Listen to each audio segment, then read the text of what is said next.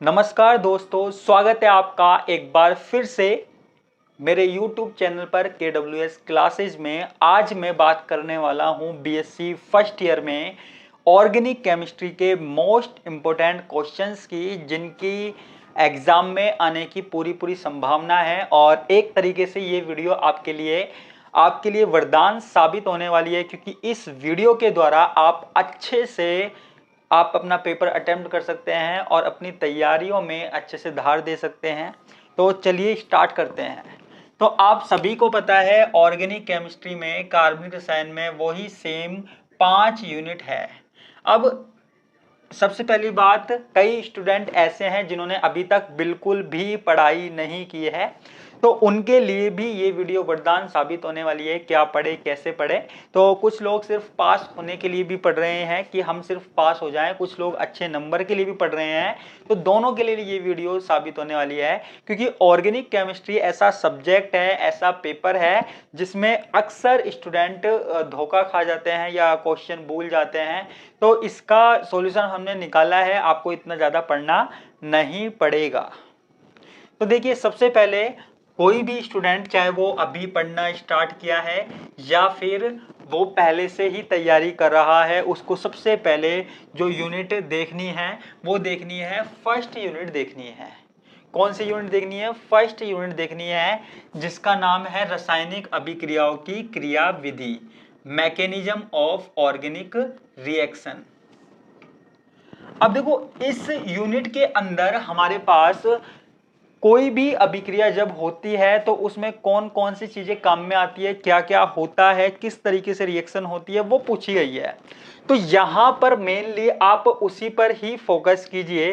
तो आपको यहां पर इस यूनिट में आपको क्या करना है, आपको सबसे पहले तो क्वेश्चन में आपको बताता हूं, आपको इलेक्ट्रॉन स्नेही और नाभिक स्नेही के बारे में पता होना चाहिए। इलेक्ट्रॉन स्नेही, नाभिक स्नेही के बारे में पता होना चाहिए,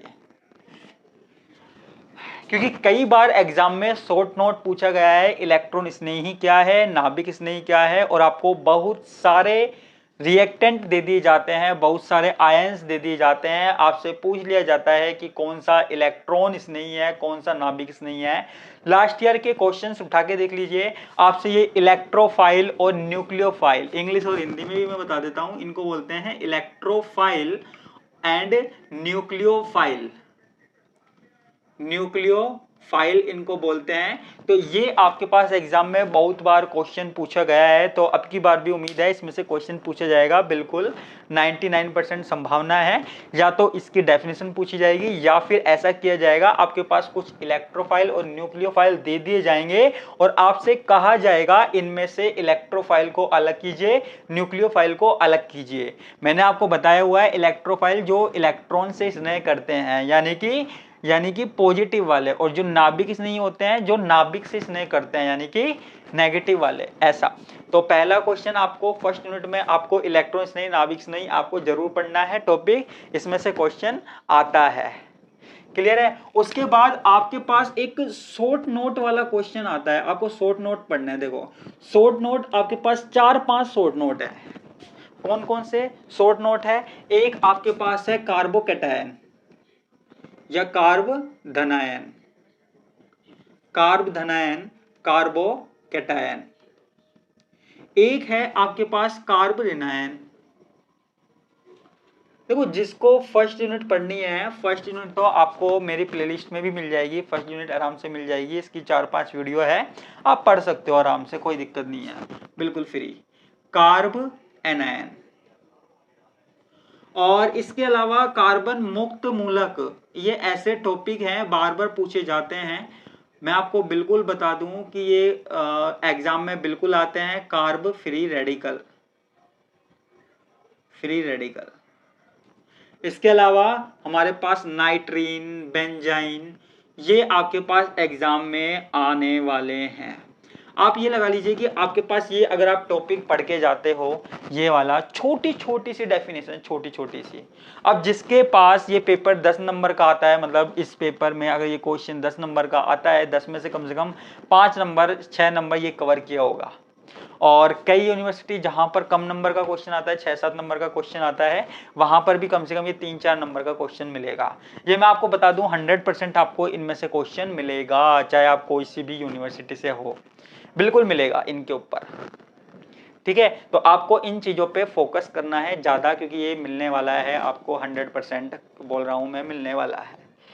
क्लियर है? इसके अलावा आपको क्या मिलने वाला है, देखो अभिक्रियाओं के प्रकार, अभिक्रियाओं के प्रकार, टाइप ऑफ रिएक्शन। क्या? Type of reaction. आपको पता है अभिक्रिया के कई प्रकार होते हैं, जैसे योगात्मक अभिक्रिया, विलोपन अभिक्रिया, प्रतिस्थापन अभिक्रिया, और एक पुनर्विस्थापन या अभिक्रिया होती है, पुनर्विन्यास अभिक्रिया होती है। 4 तरह की रिएक्शंस होती है। पूरी केमिस्ट्री में 4 तरह की रिएक्शन होती है जो ये सिलेबस में है।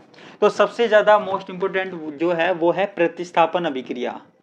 प्रतिस्थापन अभिक्रिया वैसे तो सारी मोस्ट है, लेकिन आपको प्रतिस्थापन अभिक्रिया पे ज्यादा ध्यान देना है, जिसमें आपके पास SN1 और SN2 रिएक्शन आती है।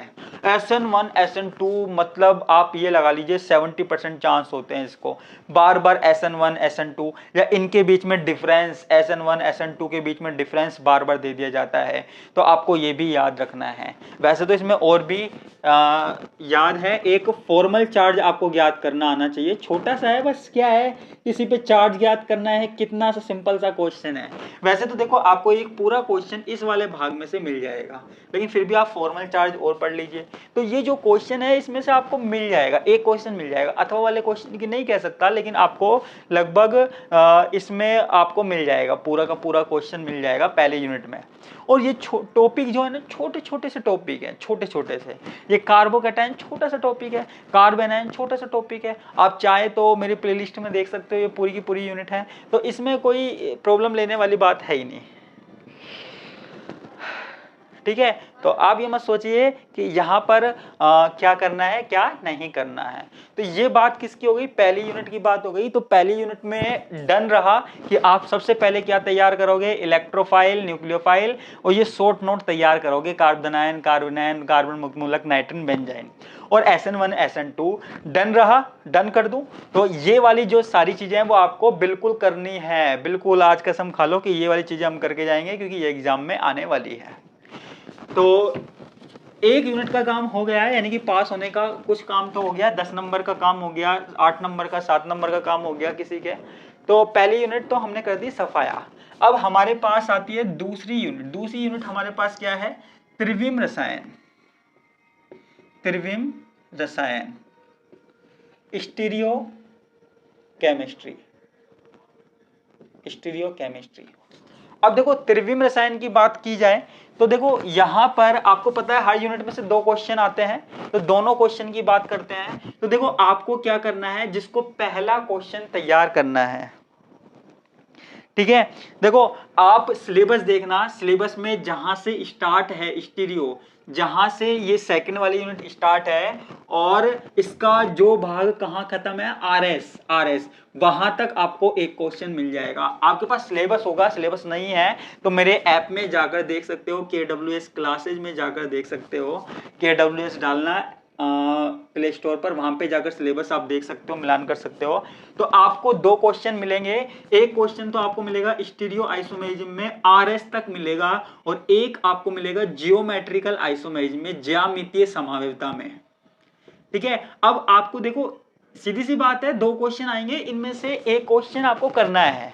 तो आप या तो आप RS वाले पार्ट तक तैयार कर लीजिए, देखो RS वाले पार्ट तक तैयार कर लीजिए जहां पे आपका आखिरी टॉपिक दे रखा है RS नोमेनक्लेचर, या फिर RS के बाद जो टॉपिक दे रखा है जियोमेट्रिकल आइसोमेरिज्म, वो वहां पे तैयार कर लीजिए। अब आप कहोगे सर इसमें क्या तैयार करें, देखो जो जियोमेट्रिकल आइसोमेरिज्म अगर कोई तैयार करता है तो मैं आपको बता दूं, यहां पर EZ नोमेनक्लेचर आपको बिल्कुल सिंपल सा क्वेश्चन है।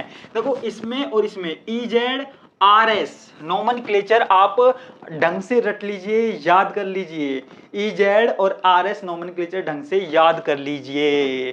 क्यों भाई, क्योंकि आपके पास कोई कंपाउंड दे दिया जाएगा और आपसे पूछ लिया जाएगा इसका आर बताओ, इसमें आर है या एस है, इसमें ई है या जेड है, या आपसे फॉर्मूला बनवा लिया जाएगा, आपको ये वाली चीज तो कंफर्म याद रखनी है।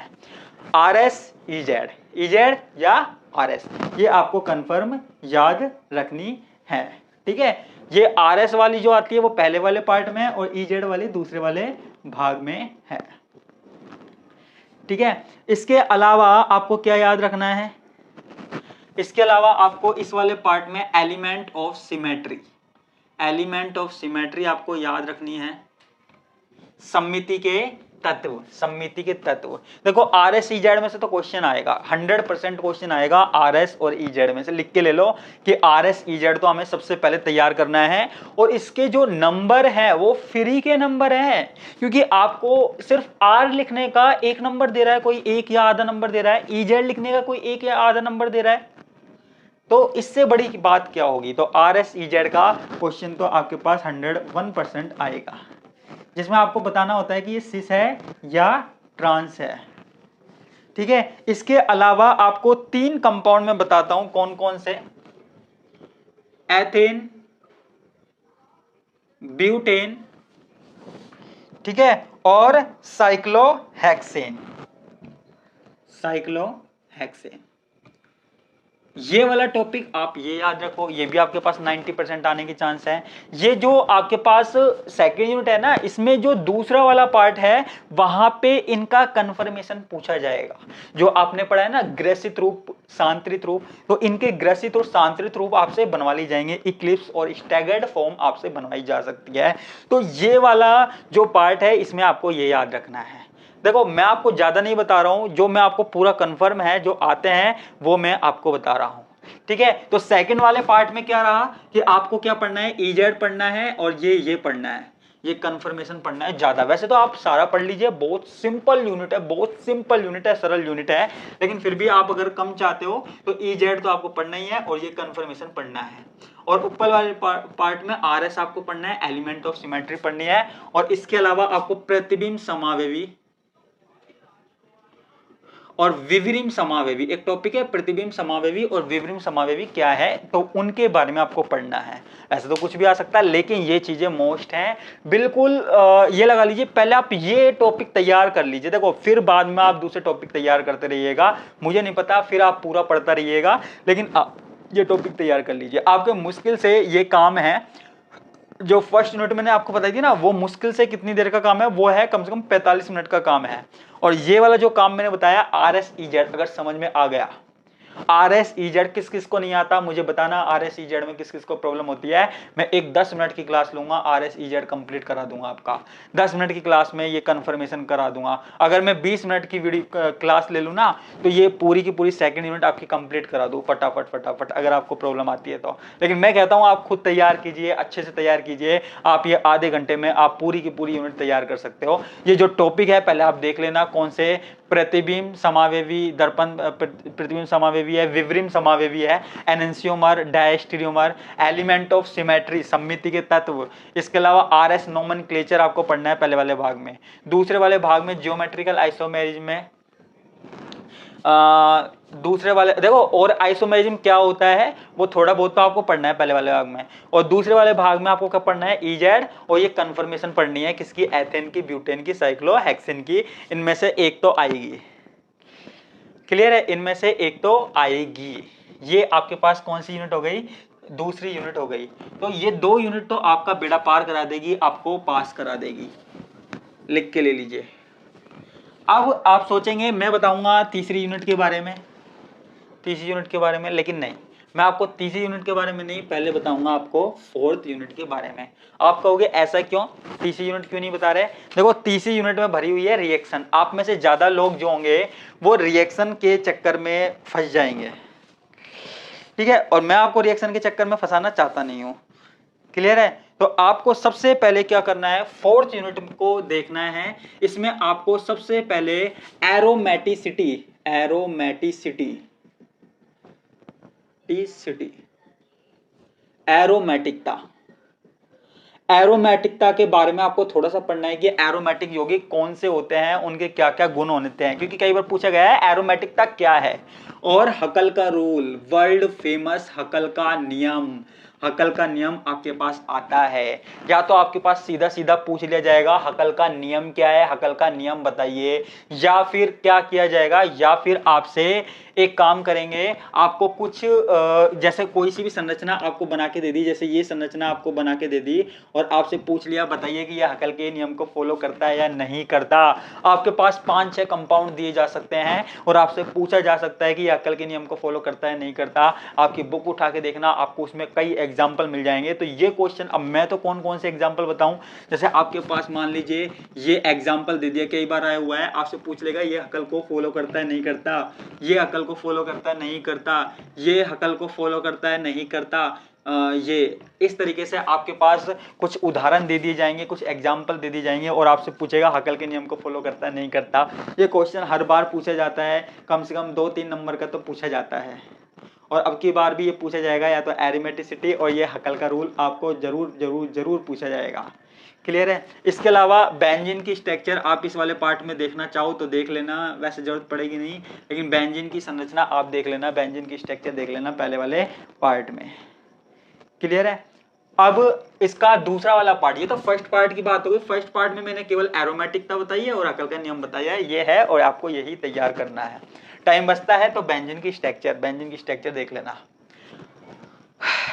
इसके अलावा इसमें जो दूसरा भाग है, दूसरा भाग क्या है, दूसरा भाग क्या है कि जहां पर है एरोमेटिक इलेक्ट्रोफिलिक सब्स्टिट्यूशन, इलेक्ट्रॉन स्नेही प्रतिस्थापन अभिक्रियाओं के बारे में बात की गई है। इलेक्ट्रॉन स्नेही प्रतिस्थापन अभिक्रियाओं के बारे में बात की गई है। तो आप कहोगे इलेक्ट्रॉन स्नेही प्रतिस्थापन अभिक्रिया के बारे में बात की गई है तो इसमें तो बहुत सारी रिएक्शन होगी, नहीं। तो देखो जैसे आपके पास बेंजीन रिंग है, आपको यहां पे से क्या करना है, आपको यहां पे से ये H आयन हटाना है और इलेक्ट्रॉन स्नेही यानी कि ये सॉरी ये आपको ये हाइड्रोजन हटाना है बेंजीन रिंग में से और ये E+ जोड़ना है। अब ये E+ कुछ भी हो सकता है, इलेक्ट्रॉन स्नेही। आपको देखो केवल एक रिएक्शन देखनी है, यहां पर इलेक्ट्रॉन स्नेही की एक बार मैकेनिज्म देख लीजिए, एक बार क्रियाविधि देख लीजिए, केवल एक क्रियाविधि। उसके बाद ये इलेक्ट्रोफाइल की जगह कोई सा भी आयन आ जाए, ध्यान रखना, कोई सा भी प्लस वाला आयन आ जाए, कोई सा भी Cl+ आ जाए या कोई सा भी प्लस वाला आयन आ जाए, सबों में एक जैसी रिएक्शन होगी। चाहे इसमें Cl आ जाए, क्लोरीन, फ्लोरीन, ब्रोमीन, आयोडीन या NO2 या NO+, कुछ भी आ जाए, कोई सा भी आयन आ जाए, सारी रिएक्शन एक जैसी होती है। यहां पर इलेक्ट्रॉन स्नेही प्रतिस्थापन अभिक्रिया, अगर इसमें आपने एक रिएक्शन देख ली ना, फिर कोई सी भी रिएक्शन हो, चाहे फ्रीडल क्राफ्ट हो, चाहे एल्काइलेशन हो, चाहे एराइलेशन हो, कोई सी भी रिएक्शन है, सारी एक जैसी है।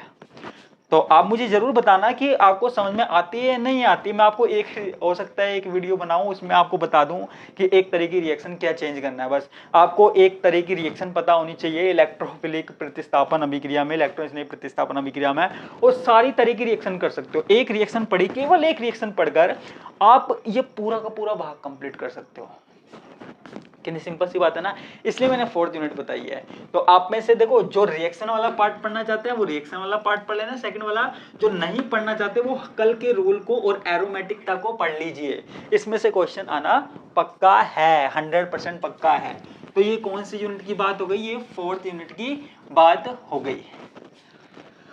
इसके अलावा देखो ये जो KWS क्लासेज है, इस नाम से हमारा टेलीग्राम चैनल और फेसबुक पेज भी है। तो मैं चाहता हूं कि आप टेलीग्राम चैनल को भी फॉलो कीजिए, क्योंकि मैं छोटी छोटी सी नॉलेज जैसे एग्जाम से रिलेटेड और रिजल्ट से रिलेटेड या कोई भी प्रॉब्लम होती है, क्वेश्चंस होते हैं, वो सारी प्रॉब्लम्स मैं आपकी इस पे डाले करूंगा, क्योंकि हर प्रॉब्लम पर वीडियो बनाना पॉसिबल नहीं हो पाएगा, आपको भी पता है। तो मैं वहां पर PDF वगैरह डाल सकता हूं जो भी आपको प्रॉब्लम होगी। तो ये KWS क्लासेस पर आप जाकर इसको सब्सक्राइब कर सकते हो टेलीग्राम पर, अभी मैंने नया स्टार्ट किया है।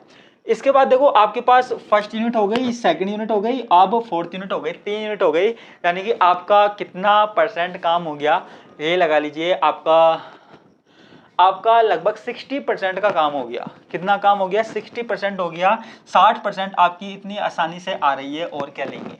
अब आपको जिसको मतलब पास भी हो गए और 60% भी अच्छी खासी बन गई। अब आप कहोगे नहीं हमें तो और पढ़ना है, हमें तो और करना है, ठीक है भाई। तो अब आप देखो यहाँ पे सेकंड और फिफ्थ यूनिट बच सॉरी थर्ड और फिफ्थ यूनिट बची है। थर्ड यूनिट में आप क्या करोगे वो मेरी बात ध्यान से सुनना। जो थर्ड यूनिट है ना, जो तीसरी यूनिट है, थर्ड यूनिट है, इसमें आपको नेमिंग रिएक्शन आपको ज्यादा देखनी है। क्या देखनी है? नेमिंग रिएक्शन ज्यादा देखनी है। अब आप कहोगे सर नेमिंग रिएक्शन ज्यादा देखनी है तो क्या हुआ? नेमिंग रिएक्शन कहां से लेके आए? अरे उसमें ही दे रही क्या नेमिंग रिएक्शन। जैसे देखो दो चार टॉपिक मैं आपको बता रहा हूं। एक तो बेयर्स थ्योरी मेरे यूट्यूब चैनल पर पढ़ी हुई है, Baeyer's strain theory. Baeyer's strain theory ये आपको पढ़नी है, बहुत बार आई हुई है strain theory. Baeyer's strain theory आपको पढ़नी है, बिल्कुल पढ़नी है। स्ट्रेन के बारे में पढ़ना है, स्ट्रेनलेस रिंग के बारे में पढ़ना है, ये आपको पढ़नी है। इसके अलावा नेमिंग रिएक्शन, नेमिंग रिएक्शन कौन सी? जैसे वुड्स रिएक्शन है, कोलबे रिएक्शन है, कोलबे अभिक्रिया है, कोलबे अभिक्रिया है। नेमिंग रिएक्शन जैसे ये नेमिंग रिएक्शन में किसकी बता रहा हूं? एल्केन्स की बता रहा हूं, ठीक है। किसकी बता रहा हूं मैं? एल्केन्स की रिएक्शन बता रहा हूं, एल्केन्स वाला पार्ट बता रहा हूं।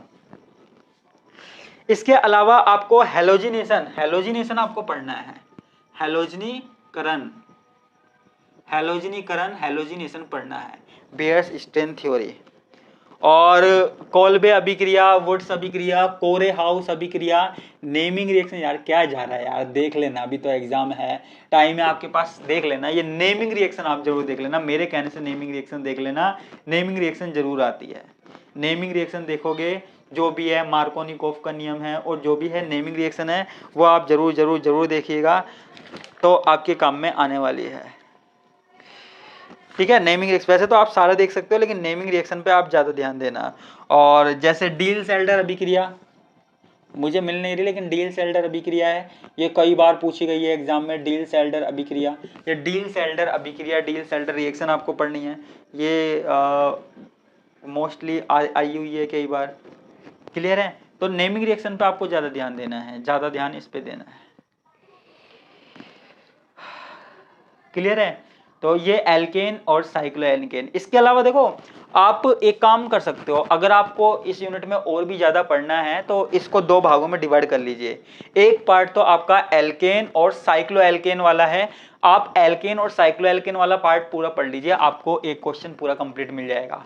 या फिर अगर आपको दूसरा पार्ट पढ़ना है तो साइक्लो एल्केन के बाद जो एल्कीन, साइक्लो एल्कीन, डाइईन और एल्काइन है वो वाला पार्ट आप पढ़ लीजिए, आपको आराम से क्वेश्चन मिल जाएगा, क्लियर है। ये आपको यहां पर मिल जाएगा।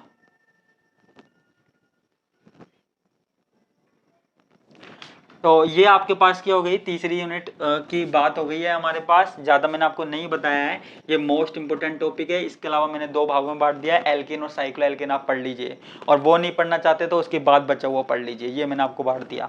और ये फिफ्थ यूनिट है, फिफ्थ यूनिट में आपको अपने हिसाब से करना है, मैं कुछ नहीं बताऊंगा, सिर्फ एक बता रहा हूँ, पॉली हेलोजन कंपाउंड आप देख लीजिएगा, poly halogen, halogen compound, halogen compound, जिसमें आपके पास दो कंपाउंड है, CH3 और CCl4, ये दो कंपाउंड है, इन पर आप ज़्यादा ध्यान दीजिएगा, इनमें से आपको क्वेश्चन मिलने की पूरी पूरी संभावना है मेरे हिसाब से। वैसे तो और भी टॉपिक है लेकिन ये टॉपिक आप पढ़ लीजिएगा, छोटी सी यूनिट है।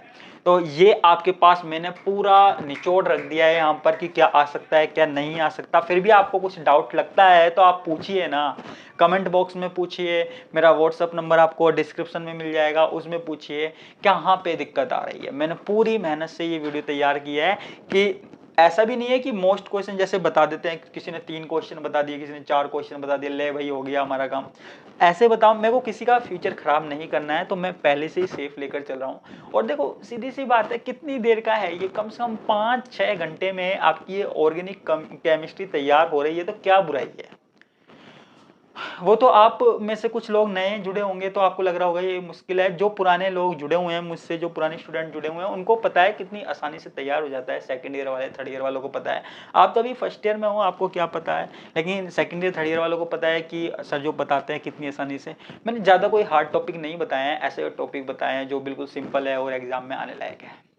तो इसी के साथ मैं आपसे विदा लेता हूं और आगे भी मैं बनाता रहूंगा वीडियो और भी पेपर पे आप बताते रहना मैं और किस पेपर पर बनाऊं। और मेरी इस वीडियो को ज़्यादा से ज़्यादा यार शेयर कीजिए। आप जिस भी यूनिवर्सिटी से है कोई फ़र्क नहीं पड़ता, आप शेयर कर दीजिए। आप जिस यूनिवर्सिटी का बोलेंगे उनके क्वेश्चंस मैं लेकर आऊँगा, जिस यूनिवर्सिटी के बारे में बताने के लिए बोलेंगे मैं लेकर आऊँगा। तो अभी तो आप तैयारी कीजिए और मुझसे किसी भी तरीके की हेल्प चाहिए तो आप बोल दीजिएगा, कमेंट बॉक्स में बोल दीजिएगा। मेरा फ़ोन नंबर है, उस पर आप कांटेक्ट कर सकते हो, मेरा ईमेल आईडी है, आप मेरा डिस्क्रिप्शन चेक कर सकते हो। और ये आपको टेलीग्राम चैनल आपको ज़रूर सब्सक्राइब करना है। तो इसी के साथ मैं आपसे विदा लेता हूँ। धन्यवाद।